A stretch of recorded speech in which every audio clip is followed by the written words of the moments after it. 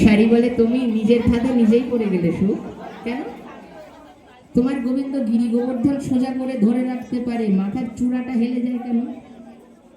ওটাকে সোজা করে রাখতে পারে না? সুখ বলে শোনো শাড়ি, যা বোঝো না তা নিয়ে কথা বলো না, রসশাস্ত্র বোঝো না? আমি এত পড়াশোনা করি।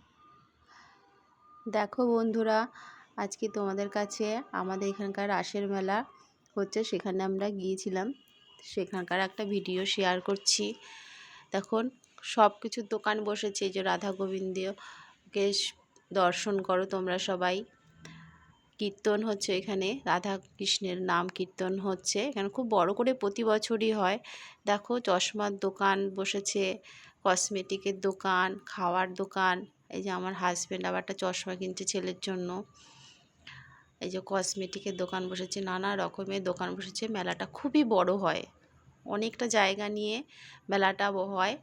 দেখো, চুড়ি মালা সব বসেছে, নানান ধরনের জিনিসপত্র বসেছে। আমরা প্রতি বছরই যাই, ছেলেকে একটু ঘোরাতে নিয়ে যাই, ওদেরও ভালো লাগে একটু, যেহেতু ছেলের তো বন্ধু বান্ধব সবই আমরা। এবার ওদের তো বন্ধু বান্ধবও নেই, তাই আমাদের একটু ঘুরতে নিয়ে যেতে হয়। এই দেখো, নানান ধরনের জিনিস বসেছে। ঘুগনির দোকান, পাপড়ি চাট, তারপরে ফুচকা। ফুচকা তো খেতে খুবই ভালো লাগে, কিন্তু কালকে আর খাইনি আমি ফুচকা।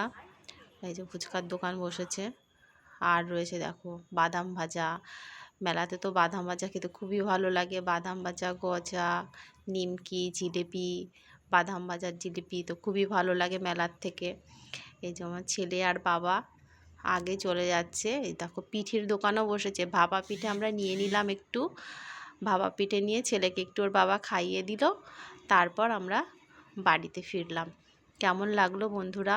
এই দেখো, ছেলেকে খাইয়ে দিচ্ছে ভাপা পিঠে। যাই হোক, পিঠেটা খুবই ভালো ছিল। বন্ধুরা, কেমন লাগলো ভিডিওটা জানাবে অবশ্যই। Tata, bye bye.